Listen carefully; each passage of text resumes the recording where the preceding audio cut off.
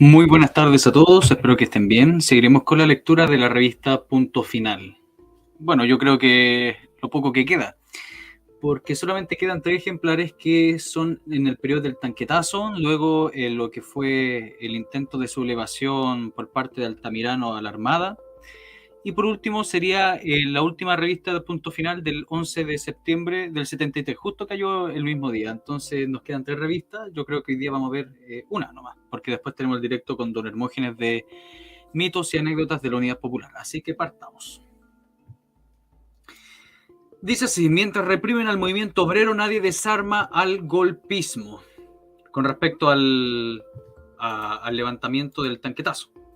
Dice: golpismo goza de buena salud. La aplicación a la ley sobre el control de armas está asumiendo caracteres de una verdadera persecución contra la clase trabajadora. Utilizando violentos y abusivos procedimientos han sido allanados locales de la CUT, poblaciones, sede de partidos populares, fábricas y recintos sindicales, canal universitario de televisión, etc. Algunos sectores, entre los que se cuenta Punto Final, denunciaron oportunamente que esta ley, ideada e impulsada por la directiva de la DC, se convertiría en los hechos de una nueva ley maldita. Ya, acá Punto Final está llorando. Saltémonos todo eso. Esto sí, acá. No, esto tampoco. Aquí, esto sí. Pero no esta parte del diálogo del Miguel Enrique. Aquí, esto sí. La táctica propuesta por algunos sectores de la UP del gobierno de ganar tiempo, abrir diálogo y establecer un consenso mínimo, independiente de las intenciones quienes la proponen, bajo la presión y amenaza golpista, bajo chantaje y emplazamiento, lleva dentro de sí un proyecto de colaboración de clases que provocará la división del pueblo y de la izquierda y, por tanto, el debilitamiento del campo de los trabajadores. En la actual coyuntura esto implica la capitulación del gobierno y después de su derrocamiento. ¿Con quién se dialoga? Con el PDC, un partido burgués y reaccionario donde predomina el freísmo, que es públicamente partidario de emplazar al gobierno y luego derrocarlo. ¿Para qué se dialoga? Para pacificar el país, objetivo loable, pero difícil, si para ello hay que dar garantías y dejar a importantes sectores golpistas en la impunidad. ¿Qué se busca con el consenso mínimo? Si este significa la devolución de grandes fábricas, pacificará a sectores patronales y enardecerá a sectores de trabajadores. Si es para promulgar la reforma constitucional, Hamilton Fuentealba representa la capitulación del gobierno frente a las clases patronales. Y si es para decapitar y castrar el desarrollo del poder popular, significa sellar e impedir una salida revolucionaria. Todos somos partidarios de que el gobierno dialogue, pero que dialogue con los trabajadores y no con los grandes patrones. ¿Es posible que el ministro Briones, el ministro del diálogo, llame a la directiva del PDC y se niegue a dialogar con los trabajadores del cordón Vicuña Maquena, mientras ordena reprimir las manifestaciones callejeras en Barrancas? Nadie desea la guerra civil. Si hay una forma de paralizar el golpismo es impulsando una contraofensiva que, por su fuerza, lo aplaste y amarre en definitiva las manos a los golpistas. Toda táctica que ofrezca concesiones no tendrá destino histórico, solo alcanzará a dividir al pueblo y a la izquierda, y por esa brecha intentará irrumpir el golpismo. Punto Final pregunta: el presidente de la República pronunció el 25 de julio un importante discurso en el que llamó al diálogo. ¿Sus consideraciones anteriores las hace extensivas a la intervención presidencial? Miguel Enrique responde: sí, con agregado que el doctor Allende además se aprovechó de hacer injuriosas y torpes afirmaciones y calificaciones acerca de las movilizaciones de masas recientes en Santiago y acerca de los revolucionarios de la fuera de la Unidad Popular, que el diario La Segunda se apresuró en aplaudir, si bien el doctor Allende posteriormente hizo un llamado al diálogo con estos sectores. No es cierto con lo que afirmó el doctor Allende que las movilizaciones de Cerrillos participaran elementos de oposición. No es cierto que la movilización de Barrancas, en la que participaron miles de obreros y pobladores, haya constituido una provocación irresponsable. Fue dirigida por el Comando Comunal de Barrancas, por un organismo que es la forma superior de organización del pueblo que se ha desarrollado en Chile detrás de un programa publicado en los diarios en el que se exige canasta popular, expropiación de las grandes distribuidoras por el pan, la que nunca la vivienda, la locomoción, por el fortalecimiento de las organizaciones de defensa del pueblo, por la vigilancia del comando comunal sobre los grupos armados de la derecha, etc. La única provocación que se vio no partió de los trabajadores, sino del ministro Briones, que el día de ayer dio la orden de reprimir las manifestaciones, lo que por suerte no se consumó. Los modestos pobladores no se dejaron utilizar por nadie. Ellos tienen clara conciencia de sus enemigos y no lo confunden. Los que sí se dejan utilizar por los cantos de sirena del emplazamiento son los que ofrecen garantías y concesiones a sectores patronales. Detrás de la detrás de la ilusión de aplacarlos y, en definitiva, desarmar a los trabajadores. ¿No nos parece que sea el momento de hacer torpes y desajustados recuerdos históricos que, injuriando a los revolucionarios, dan circo al golpismo? Si de recuerdos históricos se trata, no olvidemos otras experiencias como la de Brasil del 64 con João Goulart. Ya, saltémonos todo eso porque después llanto de ¿cómo se llama? En Brasil. Sigamos, dice, no creemos que sea el momento de abrir los fuegos internos en la izquierda, menos aún a través de las injurias. No hemos lanzado nosotros la primera piedra.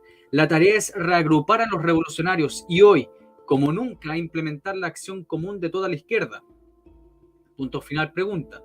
¿Quiénes propician la búsqueda del consenso mínimo? Lo hacen a partir de un análisis de la correlación de fuerzas y de allí concluyen que es necesario el diálogo y ganar tiempo. ¿Cuál es su apreciación de ese factor? Miguel Enrique responde. Empecemos por lo último. El problema de ganar tiempo fue planteado inmediatamente después del 29 de junio, hace ya casi un mes. Este problema no necesita ser teórico. Tenemos una serie de experiencias y en este mes de respiro. Veamos si hemos ganado o perdido fuera del 29 de junio pasado hasta hoy. El 29 de junio fue el tanquetazo, recuerden eso. Cuando teníamos más fuerza, ayer con el golpismo replegado y en retroceso, o hoy con el golpismo asociado al emplazamiento esperado a las mejores condiciones para caerle encima a los trabajadores.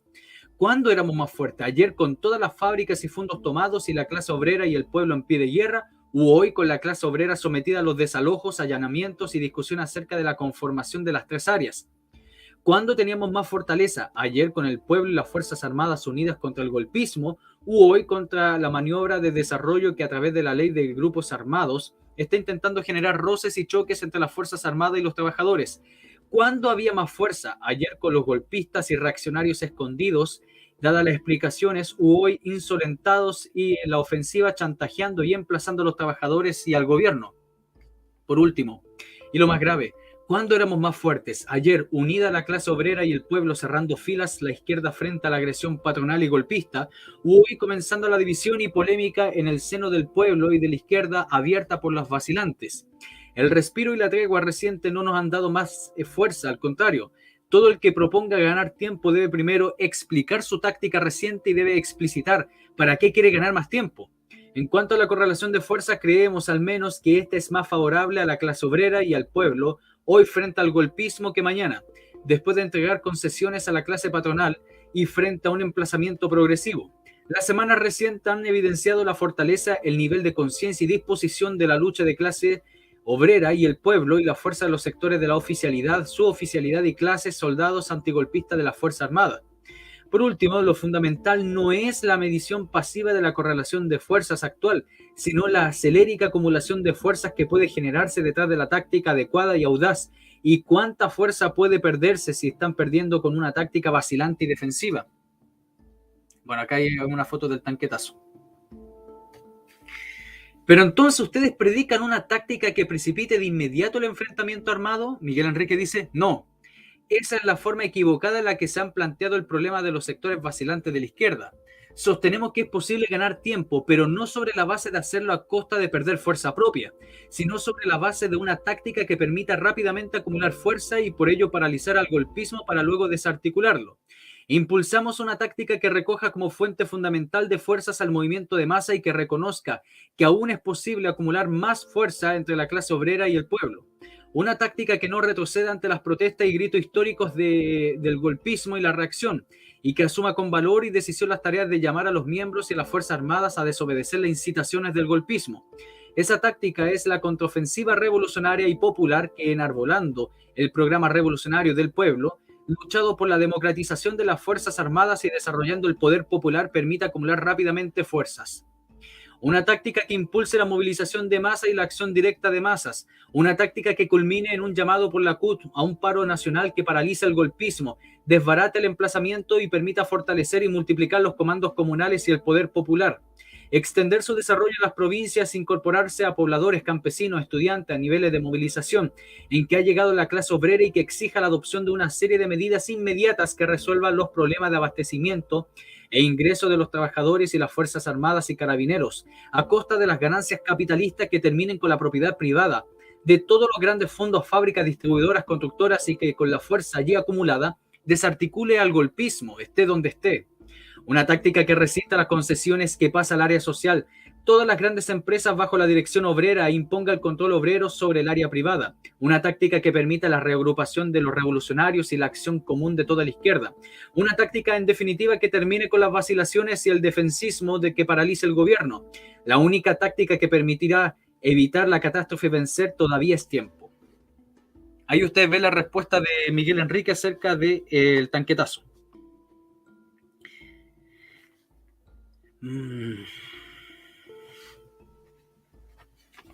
Y el tanquetazo. Interesante, ¿no? Obviamente esta gente no quería, y lo dejan claro, el Partido Comunista también, nadie quería la guerra civil, porque ellos sabían que si había guerra civil ellos iban a perder.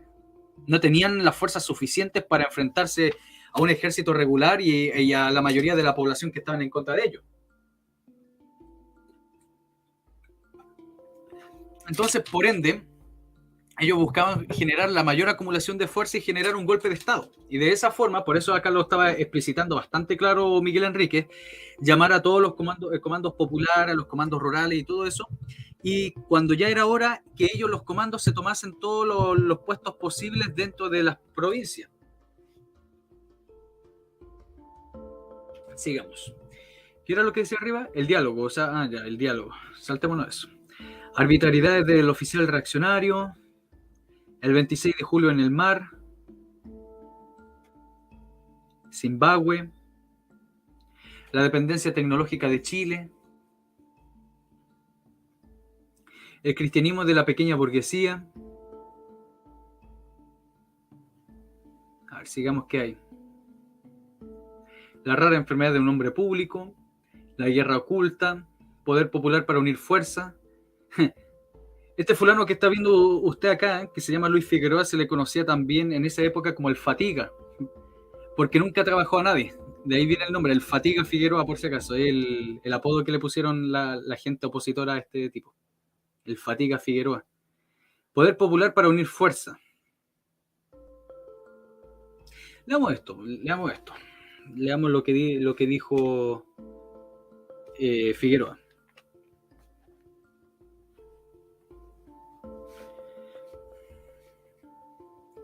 Página 26. Dice: el intento golpista del 29 de junio hizo patente la necesidad de los organismos del poder popular para la lucha revolucionaria del pueblo. Por eso la Central Única de Trabajadores, la máxima organización sindical de los trabajadores, implementó sobre la marcha las medidas que, junto con reconocerlos, permitirán utilizar fuera del respaldo del gobierno y del proceso. Hay que partir del hecho que esta pugna da dos maneras diversas y caracterizar el proceso de enfocar su salida. En la dirección de la CUT prima el criterio de un sector del PC, según el cual la lucha del pueblo debe desarrollarse dentro de los marcos institucionales. ¿Se fijan? Esa es la actitud del PC. No acepta, por consiguiente, al igual que el presidente Allende, otro poder que no sea el que emane de esa institucionalidad. De ahí viene, pues ellos buscaban generar una revolución institucionalizada, o sea, ocupar la institución burguesa democrática, transformarla a una institución socialista. En cambio, lo que quería el MIR, parte del PS, etcétera, etcétera, era destruir esta institucionalidad burguesa y por medio de estas nuevas institucionalidades que estaban creando con las juntas comunales revolucionarias, los comandos revolucionarios, los tribunales del pueblo, las asambleas del pueblo, etcétera. Esa iba a ser la nueva institucionalidad creada desde el mismo pueblo, desde las mismas bases. Ahí está la doble revolución que yo vengo diciendo y predicando cada vez que me invitan a los canales, la doble revolución del UP. Es el allendismo y el sector más fuerte del PC y los que impulsan el diálogo como salida de la crisis que tuvo su máxima expresión el 29 de junio. Este diálogo obliga a las mencionadas tendencias de la UP a respetar la estructura patronal del poder. Allende atacó a las nuevas organizaciones de masa, intentó incluso desprestigiar sus movilizaciones atribuyéndole dobles intenciones. En su discurso el 25 de julio ante numerosos dirigentes comunales de la CUT, mientras llamaba a los sectores democráticos de la burguesía a un diálogo abierto. En ese momento se quemó lo que el día 29 fue el abrazo protector del pueblo. Tanto Luis Figueroa, presidente de la CUT, y el presidente Allende señalaron que el poder popular tenía que estar vinculado al gobierno y no podía ser alternativo del régimen institucional. O sea, el que tenía que llevar la revolución, ¿ya? El que tenía que llevar las riendas de esta acción revolucionaria, del cambio de sociedad, tenía que ser el mismo gobierno, la institucionalidad, el Estado. No se podía permitir que otros estuvieran haciendo lo mismo. No se podía. Este era un juego de un solo jugador. Y no podía llegar otro a jugar el juego que ya se estaba jugando. Eso era el problema de Allende. Con anterioridad, desde el mismo 29, surgieron numerosas declaraciones que revelaron la pugna de la izquierda acerca del carácter de este poder popular, ya avalado por los hechos, y más que declaraciones, la dirección de la CUT empleó también su maquinaria para levantar cordones industriales paralelos, donde pudiera colocar directivas afines. Los cordones, principalmente los más importantes, Cerrillos y Vicuña Maquena, rechazaron y denunciaron este divisionismo, porque obviamente Vicuña Maquena y Cerrillos eran, prácticamente los tenía el MIR, el Frente de Trabajadores Revolucionarios, el FTR. Y obviamente no estaban de acuerdo con esta división, que era una división sectaria desde la óptica del MIR. La CUT fue muy lejos cuando quiso construir el cordón Cerrillos, quiso constituir el cordón Cerrillos, el más antiguo de todos, tratando de desconocer abusivamente la directiva que se dio el organismo, solo porque no le agrada su línea política avanzada, o sea, de vanguardia. Déjeme anotar estas cuestiones porque están interesantísimas.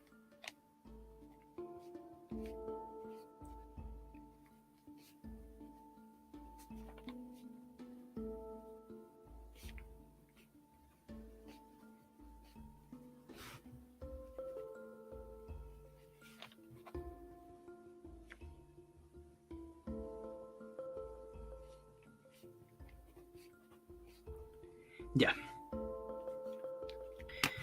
El poder popular no se contradice con la organización sindical. Sus objetivos son otros, principalmente crear una fuerza por la base que no aísla a los obreros y que permita controlar el gobierno comunal en un momento determinado y de allí acometer a la tarea del poder. Esa organización aglutina a las fuerzas aliadas del pueblo en torno a los obreros. Este poder popular no puede ser sino alternativo del orden burgués independiente del gobierno. Desde el punto de vista como respondieron los cordones industriales, las nuevas organizaciones no pueden estar sojuzgadas a la CUT, que figura incluso ocupando cargos en el gabinete. Fue después de esta negativa de los cordones Cerrillos y Vicuña Maquena para sujetarse a la CUT, que la dirección de esta ordenó reemplazarlos por cordones fantasmas, surgidos de acuerdo al debilitamiento de Gasmuri y los dirigentes demócratas cristianos cuando Figueroa y Allende piden el poder popular no sea alternativo de la institucionalidad, están negando el poder popular. Ahí ustedes pueden ver la lógica marxista real, y por eso no había espacio de diálogo entre estas dos posiciones revolucionarias. El poder popular busca destruir la institucionalidad, no busca usar la institucionalidad. O sea, la línea del MIR era una línea, entre comillas, correcta de acción.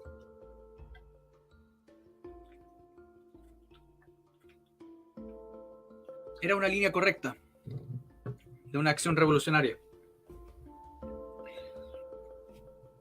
Pero estas discrepancias de la izquierda, incluso de los trabajadores partidarios del poder popular, no han hecho retroceder la lucha de las vanguardias. Los comandos comunales se han reactivado en las últimas semanas a través de las movilizaciones exitosas en Barrancas, Estación Central, Quinta Comuna, y Vicuña Maquena, donde murió un poblador en la represión que desató el ministro Briones. Este poder popular es la única salida que permitió desarrollar posiciones revolucionarias dentro de la clase y su mejor alternativas para enfrentar a los patrones. Los objetivos de las movilizaciones de los comandos y cordones se cruzan en el camino de un entendimiento con la burguesía y le valen, por lo tanto, las condenas del oficialismo en este momento. Muchas son las empresas de vuelta después del 29 de junio, pero muchas son también las que el pueblo mantiene apretadas entre los dientes y los obreros les cuesta cada día más entender las razones económicas que da el gobierno para devolverlas, porque entienden que su pelea es política y consiste en quitarle poder a los explotadores. Bien. La conciliación del Canal 9. La mafia camionera otra vez en acción. Acá están hablando de los camioneros, del paro de camioneros de agosto del 73. A ver, vamos a anotar esto.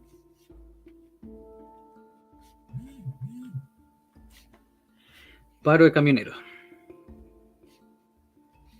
Mafia. Según punto final. Veamos, dice: La necesidad de establecer un control popular sobre la locomoción colectiva y otros medios de transporte comienza a aparecer como uno de los objetivos de lucha y a veces se convierte en acciones concretas de las organizaciones de masas. A las dificultades diarias para trasladarse de un punto a otro se suman motivos que convierten a la disputa por los medios de movilización en un frente más donde se expresa la lucha de clase, o sea, un espacio de contradicción. En octubre, la defensa de privilegios empresariales del transporte tuvo características de un golpe civil que mostró al desnudo la existencia de un monopolio capaz de afectar fuertemente al aparato productivo del país por su incidencia en sectores fundamentales de la economía como la industria y el comercio. Y ahora las últimas sazonadas de la burguesía y el frustrado golpe de Estado evidenciaron con clara importancia estratégica de controlar los medios de transporte y destruir este foco de dominación que los patrones conservan prácticamente intacto. Y esto cobra mayor relevancia cuando los gremios patronales realizan un nuevo paro y esta vez con objetivos políticos mucho más explícitos y definitivos que el paro de octubre. La mafia camionera dice, el gremio de Villarín es un claro ejemplo de la concentración de privilegios de un reducido grupo de empresarios. De los 52.000 camiones de carga que existen en el país, 7.000 pertenecen a 35 grandes empresas de transporte que están afiliadas a la Confederación de Dueños de Camiones. Esta asociación controla además los 35.000 camiones pesados que tienen una capacidad de entre los 12 y 24 toneladas. Cada una de las grandes empresas transportistas como Progreso, Quintero Soto y Cóndor poseen 20 y 50 de estos camiones de alto tonelaje. El fortalecimiento de estos grandes empresarios del rodado se ha visto favorecido por franquicias otorgadas a las importaciones especiales que solicita el gremio.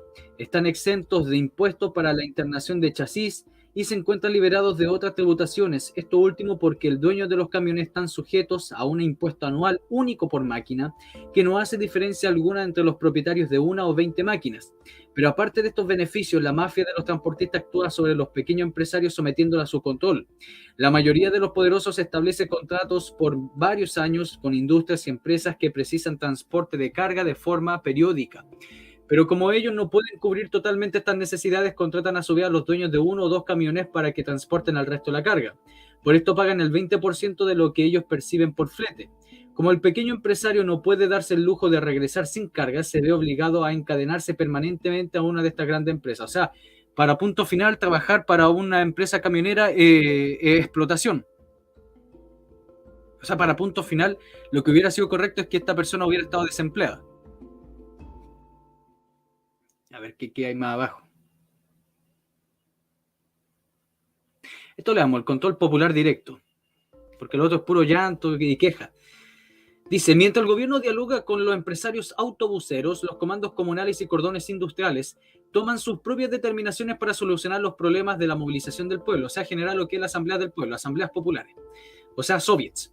Acá en Chile, para no ocupar la palabra soviets, nosotros las llamamos cabildo, los cabildos. En el pasado mes de mayo, para el paro de la locomoción colectiva, ya hubo algunas iniciativas. El Comando Comunal de Trabajadores de Renca, de común acuerdo con los choferes, acordó requisar 2 micros del servicio local para ponerlas en funcionamiento y al servicio de los trabajadores de la comuna. En el primer recorrido en el centro de Santiago, cuando la población entera se desplazaba a pie, la acción fue recibida con aplausos por los transeúntes. Obreros, pobladores, choferes planificaron en conjunto los recorridos por las fábricas y otros lugares de trabajo. Los pasajes eran voluntarios. Muchas personas cancelaron un valor superior al normal y gratis para los niños y ancianos. Junto con los problemas cotidianos que surgen en la necesidad de movilizarse, los trabajadores organizados comprendieron en el golpe frustrado de la reacción que la disposición de vehículos y la movilización toman una importancia estratégica para enfrentar cualquier emergencia. El viernes 29 los cordones industriales impartieron instrucciones para tomar el control del mayor número de vehículos y efectuar un catastro de los medios disponibles. En el sector de la industria fabriliana de los trabajadores del cordón Vicuña Maquena, requisaron un camión del diario La Tercera y 2 micros que se encontraron paralizadas. Inmediatamente fueron puestas a la disposición de los obreros y pobladores de la comuna. O sea, pusieron acá, requisaron, se robaron 2 micros y un camión.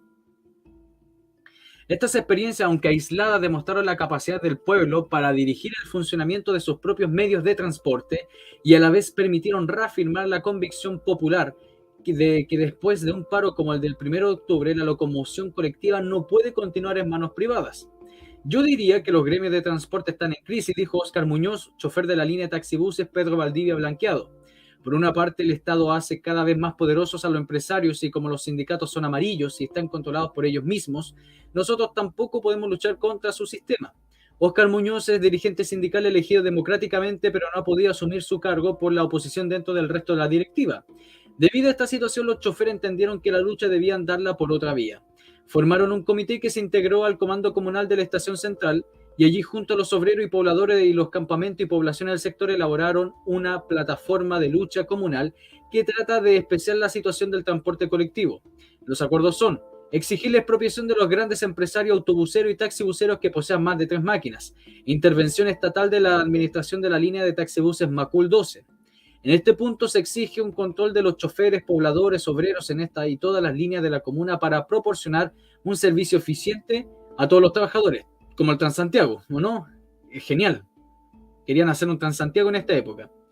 En la parte financiera tendrían que participar todos los trabajadores a través del Comité de Dirección Control Obrero del Comando Comunal, que invertiría las ganancias y adelantos para la comuna. Acuerdos similares se están gestando en todas las organizaciones de masas a nivel comunal y en cada movilización de los trabajadores que están exigiendo la decisión de un gobierno para acabar de una vez con el monopolio del transporte colectivo. Lo que nosotros queremos es que se formen empresas de transportes comunales que pertenezcan al Estado, pero que sean controladas por los consejos de choferes, pobladores y obreros, declara Óscar Muñoz. De producirse un nuevo paro patronal, los trabajadores tienen muy claras sus tareas: tomar el control de todos los vehículos para echar a andar esta planificación popular de la locomoción en cada comuna. Expropiar micros. Increíble.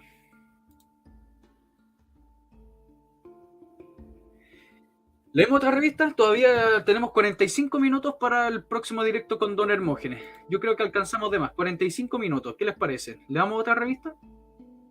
Ustedes me dicen. Saludos a toda la gente que está llegando. Saludos a Gabito, Maggie, Josefina, Mi Patria ML, saludos. MC 2009, saludos estimada.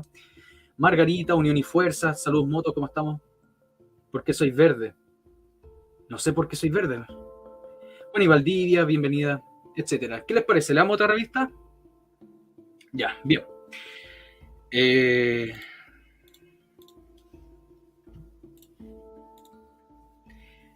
Marinero torturado, el pueblo está contigo. Esto es, más o menos es sobre cuando Carlos Altamirano y Garretón intentaron subvertir una parte de la suboficialidad y oficialidad de la Armada. Estamos hablando en agosto, 20 y tantos de agosto. Y entonces la Armada supo detenerlo rápidamente y aquí está toda la anécdota de el almirante Merino que fue a ver a Allende y le puso la mano sobre la mesa y amenazando de que no se podía meter con la Armada, etc. Pero lo que acusa Punto Final, incluso yo encontré una página de internet de estos supuestos marineros que fueron torturados y hasta el día de hoy están llorando porque los torturaron, etc. Veamos qué pasó. 28 de agosto del 73. Estamos a una pura revista. La vamos a leer la próxima semana. Porque ahora con la pega no tengo tiempo para leer en la tarde. Tengo mucha más pega que el año pasado. Dice, marinero torturado, el pueblo está contigo. Veamos. Ya, esto es la editorial. Los que nos dispararon. Ya, veamos. Dice, en el artículo anterior de Punto Final 189 hicimos referencia a la sujeción de la Fuerza Armada a la autoridad del presidente de la República. Ya, vamos abajo. Dijo, lejos de constituir un llamado a la subversión militar, toda campaña destinada a destacar que las Fuerzas Armadas no tienen que seguir a los que acatan la autoridad presidencial, se encuadra dentro de las mejores tradiciones militares. Distinto es el caso de la conferencia dictada en el Instituto Cultural de Providencia por el profesor de Filosofía del Derecho de la Pontificia Universidad Católica, Hugo Tagle Martínez. Pero esto... no, esto es otra cosa, no. Peruanismo, ¿qué tiene que ver esto? Peruanismo. No, están comparando Chile con Perú. Chile con Perú. Después del tancazo. Esto sí, esto leámoslo, porque es después del tancazo. Acá le llaman tancazo o tanquetazo. Dice, nadie puede pensar que la aventura golpista que protagonizara el 29 de junio el comandante Super no tuviera otros implicados y otros militares que habrían participado por las deliberaciones conspirativas previas. Por lo menos, Pablo Rodríguez Grez, En una declaración pública ha confirmado que habían, además del blindado número 2, otras unidades y oficiales comprometidos. El sumario que sustancia el fiscal Francisco Saavedra arrojará seguramente interesantes conclusiones sobre el particular. Sin embargo, ha trascendido, de acuerdo con noticias publicadas en distintos órganos de publicidad, que diversos oficiales de las tres ramas de las Fuerzas Armadas, dándose incluso nombres y apellidos, estuvieran de acuerdo con el golpe. Y solo la decisión de la oposición y de los oficiales honestos y suboficiales y clases y la decidida actitud de los altos mandos impidió que sumaran otras unidades a la frustrada intentona. Con posterioridad al tan caso, según ha afirmado y ha continuado las actividades conspirativas y la participación de los elementos de Patria y Libertad y de dirigentes opositores, incluso lo que más grave, y con miembros de la inteligencia naval norteamericana, confiamos que tales afirmaciones no sean efectivas, pero creemos que más que cualquier tipo de declaraciones, la opinión pública estaría mucho más tranquila si supiera que se está investigando la conducta de todos estos oficiales y no como ha ocurrido con los únicos sumariados, de acuerdo con la prensa, sean suboficiales y marineros que en Talcahuano y Valparaíso denunciaron las actividades oficiales golpistas. Esto lo voy a anotar acá.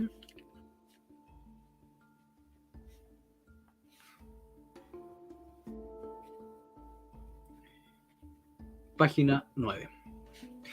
Dice, en forma paralela, los abusos y excesos de algún oficial en contra de los trabajadores, utilizándolas más de las veces en la ley de control de armas, ha cobrado cada vez mayor intensidad, hasta culminar en la nera austral de Punta Arenas con la muerte de un obrero, Manuel González, hijo y hermano de un uniformado, y en Cobre Cerrillos, donde los violentos procedimientos empleados, según pudieron ver miles de telespectadores en el propio Canal 13, contrastan con la explícita educación y fineza con que se trató a los camioneros de Puente Alto. Los vejámenes y los militantes de izquierda que han sido perseguidos no se trata solo de militantes del MIR que llaman a no obedecer a los oficiales que incitan el golpe, sino de comunistas que escriben en las murallas no a la guerra civil y de una verdadera persecución, según denunciara el diputado Óscar Guillermo Garretón en contra del MAPU. Ninguno de nuestros democráticos defensores del Estado de Derecho y de las libertades públicas ha protestado contra tales hechos. El ingreso de los comandantes en jefe de las Fuerzas Armadas y del director general de Carabineros no significó un fortalecimiento de la acción del gobierno. Los ultimátums que dieron los camioneros en huelga han derivado en continuas prórrogas de los plazos otorgados. Al cierre de esta edición, el Gabinete de Seguridad Nacional había caído. Apenas duró 14 días. Los sectores golpistas provocaron su caída al forzar la renuncia del general Carlos Prats al Ministerio de Defensa y a la comandancia del Ejército. Varios generales y otros oficiales utilizaron a sus esposas en una manifestación de repudio a Prats frente a su casa de este. Simultáneamente, la mayoría del PDC y el Partido Nacional aprobada en la Cámara de Diputados un acuerdo poniendo en tela de juicio la legalidad del gobierno. La crisis había comenzado en el retiro del jefe de la Fuerza Aérea, César Ruiz, seguida de una maniobra que fue personalmente manipulada por Frey. Este último continuó apareciendo como el jefe civil del golpismo. A la luz de lo ocurrido aparece mucho más correcta la posición de quienes que la izquierda manifestaron las reservas frente al Gabinete de Seguridad Nacional. Otros sostuvieron que fortalecida el gobierno, pero no detuvo el terrorismo del ejército paralelo, ni aplicó los ultimátums a los camioneros, ni amarró a las manos a los golpistas, quienes en cambio se fortalecieron derribando al general Prats, que aparecía como el enemigo más decidido al golpismo en el seno de las Fuerzas Armadas. Reescribiendo la historia, la dependencia tecnológica de Chile. Acá está Almeida en la Unión Soviética. Hay oficiales golpistas. Alberto Lavé. El poder popular surge en todo Chile. Veamos esto. Poder popular. Agosto. Página 18. Veamos, dice, durante el mes de abril pasado, el pueblo de Constitución desarrolló una lucha que significó la primera experiencia en ejercicio de un gobierno directamente por el pueblo. Por 2 días, los obreros, campesinos, pobladores y estudiantes de Constitución controlaron la ciudad y sus alrededores exigiendo soluciones para sus graves problemas que por la desidia de las autoridades de gobierno y de la zona se prolongaban desde hacía tiempo. Producto de esta lucha fue la creación del Comando Comunal de Trabajadores, el cual ha seguido desarrollando la organización de los trabajadores y planteándose nuevos objetivos. En este sentido, el Comando Comunal de Trabajadores de Constitución entregó hace poco un manifiesto en el cual planteaban que los trabajadores de Constitución, conscientes de nuestro poder y organizados férreamente en el comando comunal, proclamamos nuestros irrenunciables derechos cuyos fundamentos no están ni pueden estar jamás interpretados, ni menos aún escritos en la ley de los patrones. Luego expone los puntos de plataforma de lucha. Con este manifiesto apoyado de nuestra propia fuerza y en la democracia directa del pueblo, exigimos el cumplimiento de los siguientes puntos. Dice, sobre la construcción, expropiar la gran burguesía agraria, vivienda y salud, sobre el desabastecimiento, control popular sobre la burocracia, conciencia de clase, etc. No lo vamos a leer todo, pero ahí podemos ver que en Constitución se creó un comando comunal. Esa era la nueva institucionalidad que yo les digo. El MIR y compañía querían crear una nueva institucionalidad, no usar la decadente y destruida institucionalidad burguesa.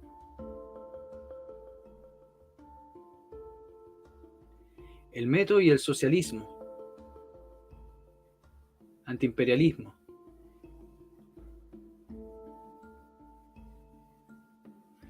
La izquierda cristiana. Dos concepciones sobre el proceso.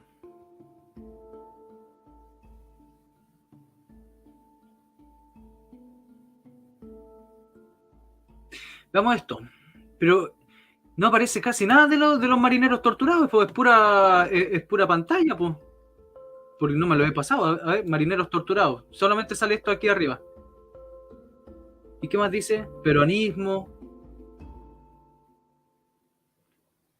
Porque ¿cómo lo pasamos de largo? Reescribiendo la auténtica historia, nada.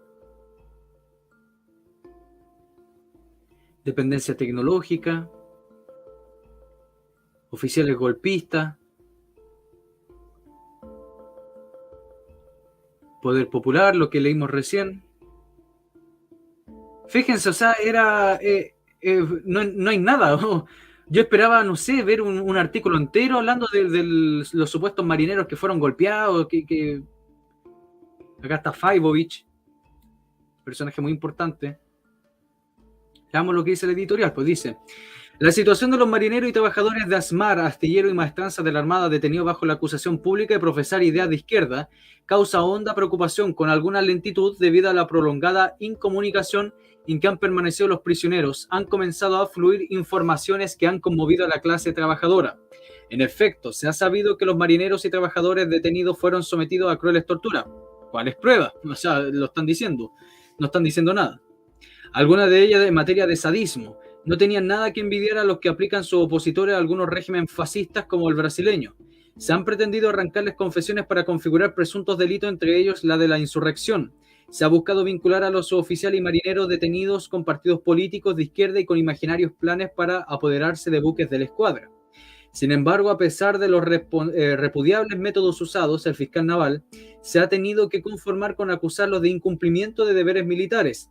Este es un concepto muy vago y que además sirve para encubrir cargos que no es posible sostener por falta de pruebas.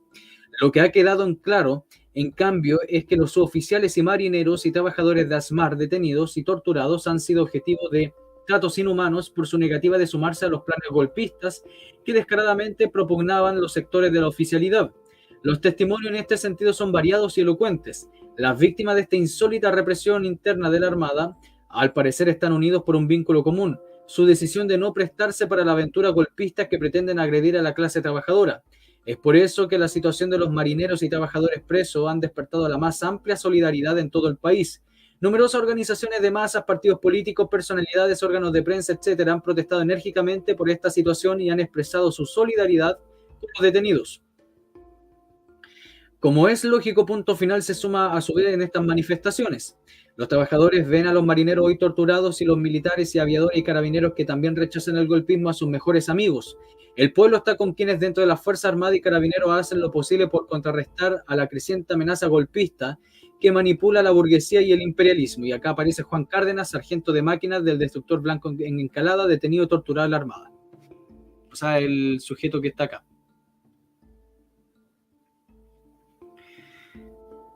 Y eso es, po. Y eso es la gran información que entrega Punto Final. O sea, su posición y ninguna prueba. Ni siquiera una entrevista. Por último, una entrevista. Ahí podemos escuchar algo. O sea, leer algo. Nada.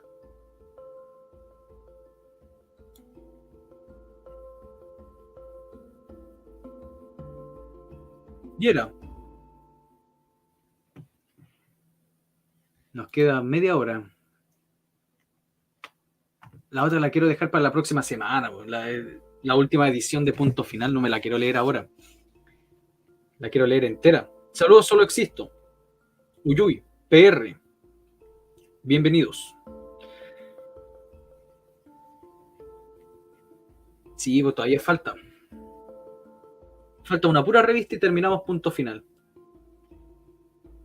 Vamos, profe, enseña la política a la Carone.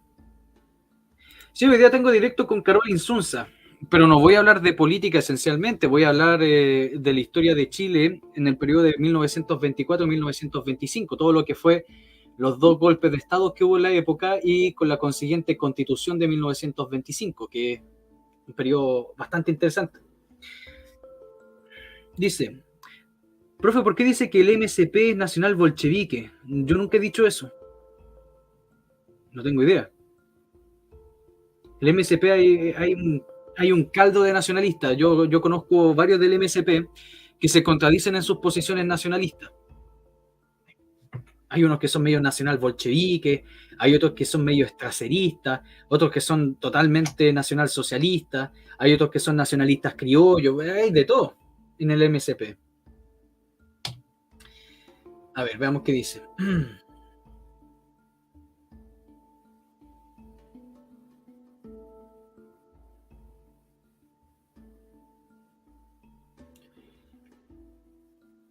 Los que estamos cortos de dinero, denle like nomás, no hay problema de eso, solo existo. Nadie exige nada. Nadie exige nada. Lo único que yo les pido es dejar el me gusta y difundirlo y sobre todo mostrárselo a los cabros chicos. Hagan eso, que es fundamental. La plata es secundario, el que puede, puede. Y el que quiere también, obvio. Chile Soberano, saludos. No salió el comentario de por qué preguntaba por Garretón. YouTube lo ocultó seguramente. No, yo no bloqueo nada de MS. No tengo idea cuál es su pregunta con Garretón. Hágamela de nuevo, si me la sé.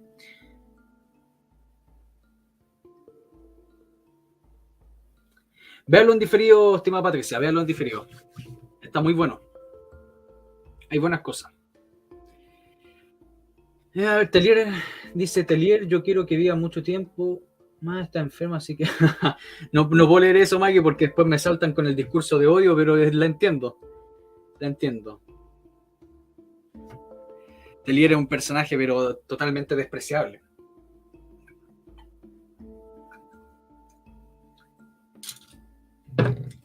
La última revista de Punto Final la vamos a leer la próxima semana, que sería 192.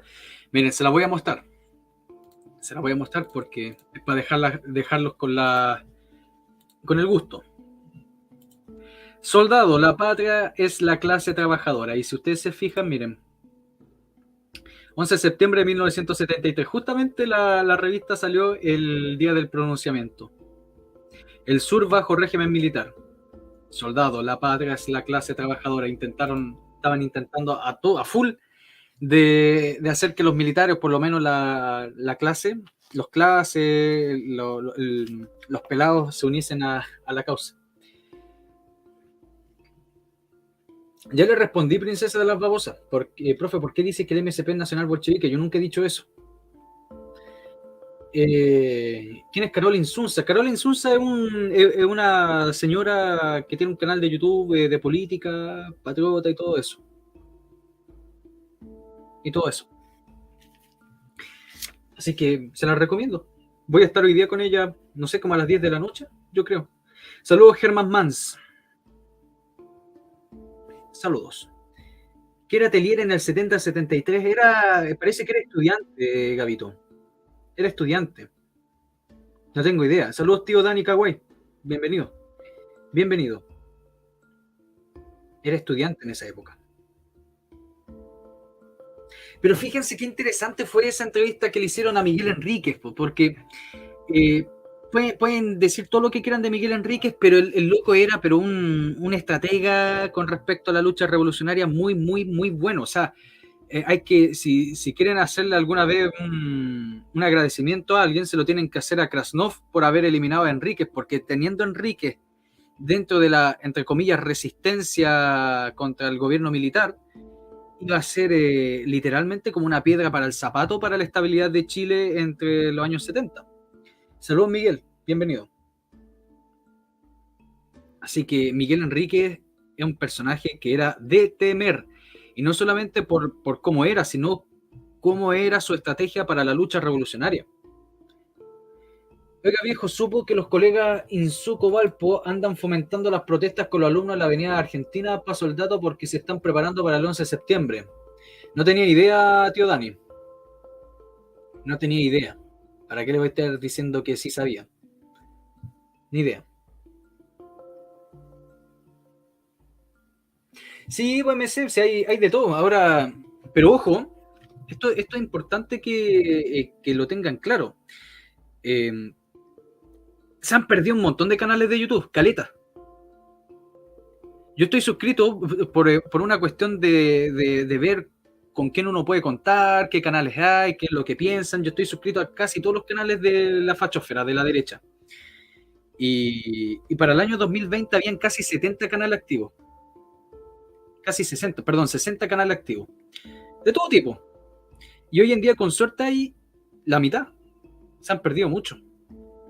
Es importante expandir los distintos canales de YouTube. Muy importante. Por eso yo desde el primer momento que me hice este canal siempre lo incité a ustedes a hacerse canales de YouTube. Si no quieren hablar de política, no hablen de política, hablen de no sé, pues, saben cocinar, hagan videos de cocina, pero empiecen ahí a difundir la idea de nuestro sector. Saludos, Arminio, bienvenido, estimado. Profe, ¿qué opina del allendismo esoterismo, que es una página allendista? A ver, espera. Profe, ¿qué opina del allendismo? Eso, me imagino que esotérico, que es una página de allendistas nacionalistas. Que yo creo que son trolpos, porque si hay algo que menos tenía Allende era eso, esotérico. Aunque hay gente que, incluso hay nacionalistas de izquierda que buscan poner a Allende como que era un social nacional. Ojo con eso. Ojo con eso. Hay gente que busca poner a Allende como un patriota. Porque si ustedes leen o escuchan los discursos de Allende con respecto a la nacionalización del cobre, obviamente tiene un discurso que busca enfocarse a, entre comillas, al patriotismo. Así que tengan cuidado con eso. Eso no significa que haya sido un patriota o en ciertas medidas. Porque quería que los recursos naturales estuvieran en Chile. No puede pensar tanto un tipo de derecha como un tipo de izquierda. Pero ojo con eso. Pero yo escuchaba algo más ridículo, Princesa de las Babosas. Yo conozco un tipo que es pinochetista y allendista. Y en serio, es pinochetista y allendista. O sea, es una cuestión que es como que yo sea cristiano y sea adorador de Satanás, po. Es una cuestión, pero realmente increíble. Es una cuestión realmente increíble. Pinochetista y allendista, pues sí es. En serio. Se perdió el canal del Mapache, del Cultura Chatarra. Ah, del cripto. Sí, pero es que si tú le preguntas a la gran mayoría de la gente no lo consideraban como alguien de derecha, pues era un liber progre. Eso era. Yo estaba suscrito a su canal, sí, yo igual lo escuchaba, pero difería más que la mugre en sus cosas. Profe, algún día le dejaré un texto largo lo que pasamos como familia desde el gobierno de Allende y el pronunciamiento militar, aunque duele recordar. ¿Sabes lo que me gustaría hacer? Que el año pasado no lo hice, por una cuestión de tiempo, por la pega. Me gustaría que este septiembre, me gustaría hacer hartos directos, pero con ustedes. ¿Ya? Ustedes, sin imagen, si yo no muestro la cara, usted tampoco es necesario que muestren la cara, pero que cuenten sus anécdotas que vivieron en esa época. Porque a mí, ¿cómo se llaman los comunistas, los progres? Van a decir, no, es que yo soy facho y por eso mi opinión no vale, lo cual es absurdo. Pero no pueden refutar a una persona que vivió esa época. Entonces sería muy interesante, solo existo, que si usted deseara aceptar, para septiembre hacer directos con ustedes. Yo les pregunto cosas, cómo vivían, cómo eran las colas, cómo era la violencia, cómo era la delincuencia, todas esas cuestiones.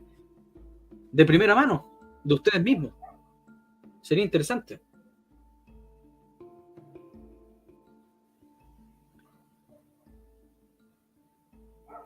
Claro, pues es que Allende desde ya el año 72 había dejado claro de que no se iba a ir de las monedas vivo. Si no me equivoco, fue en una conversación con Fidel Castro o fue con una conversación, fue con la conversación de Regis Debré, no me acuerdo en cuál de las dos, pero lo había dicho, lo había dejado bien claro, ¿sí? Entonces, ojo con eso, Allende también buscaba emular al presidente Balmaceda. Y es una comparación bien ridícula. Allende admiraba a Balmaceda. Yo también admiro a Balmaceda, por si acaso. Yo, siendo que no soy liberal, ni republicano, ni nada de eso, pero Balmaceda es uno de mis presidentes favoritos. Es un liberal que vio correctamente que lo que estaban haciendo los otros liberales no era correcto para Chile. Es lo mismo que me pregunto Maggie. Yo no entiendo. Y es cierto, si no es joda. No es joda, el tipo es pinochetista y allendista. Si yo cuando lo escuché yo pensaba que era me estaba agarrando para el chuleteo Maggie. Si yo igual, Arminio, igual, yo decía, este tipo me está agarrando para el chuleteo, me está fastidiando. Y no, po, es allendista y es pinochetista, porque decía que Allende era un patriota, ¿ya? Era un patriota que por culpa de los otros partidos políticos, por culpa de los otros, derribaron el proceso patriótico que estaba haciendo, pero Pinochet logró encauzar ese mismo proceso, pero no de una forma revolucionaria, sino de una forma no revolucionaria, pero patriótica. Así me lo explicó. Es un cauceo de contradicciones, pero bueno, ¿qué le puedo decir? Po? Si el tipo es pinochetista y allendista, es ridículo. Y el Crecoipo no sé, pero quiero hacer directo refutaciones. Lo voy a hacer.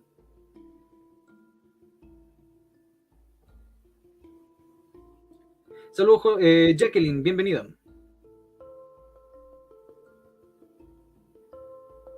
No, para que haya existido un Allende no debía existir un Pinochet. Para que haya existido un Allende significaba que había tiempos muy débiles, muy malos, en términos políticos.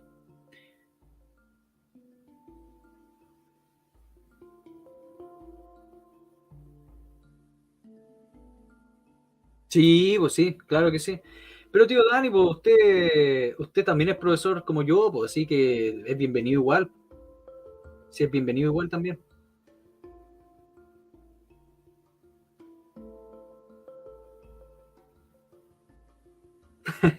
Sí, Miguel.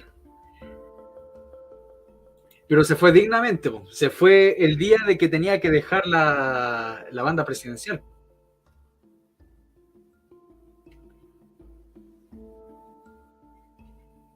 Ah, qué bueno saber eso, Juani. Yo pensaba que era más joven. Yo pensaba que para esa época tenía como 25, estaba en la universidad. Es un buen dato. No tenía ni idea de la edad de Telier. Está tan viejo como Momio. Balmaceda era más patriota que Allende y Pinochet juntos. No, no, yo no lo compararía. Yo no compararía a Balmaceda con Pinochet. Son dos figuras distintas. Son dos figuras distintas. Balmaceda era un patriota, sí, y Pinochet era un patriota también, por supuesto, pero no se puede comparar. Es como comparar a José Miguel Carrera con Bernardo Higgins, o como comparar a Marmaduke Grove con Carlos Ibáñez del Campo. Estuvieron en las mismas épocas, pero son cosas totalmente distintas. Sí.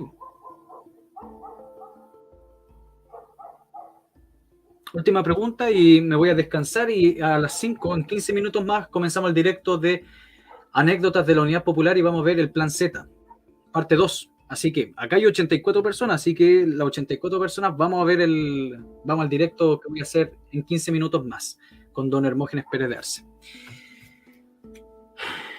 Estoy cansado. Es bienvenida, Juanipo. Bienvenida. Si usted quiere participar, bienvenida. Para septiembre me gustaría hacer eso. Todo el mes de septiembre. Anécdotas de ustedes. Si Dios quiere, pues. Si estoy vivo también. Y si existe Chile también, pues, porque como estamos, no sé si capaz que... Pucha.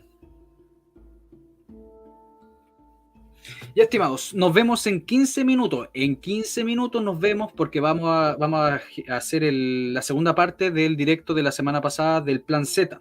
Plan Z2. Hoy día vamos a leer todo lo que no leí la semana pasada, vamos a conversarlo con Dora Hermógenes, etc. Así que nos vemos en 15 minutos en el próximo directo. ¿Ya? Cuídense mucho y nos vemos en 15 minutos. Chao, chao.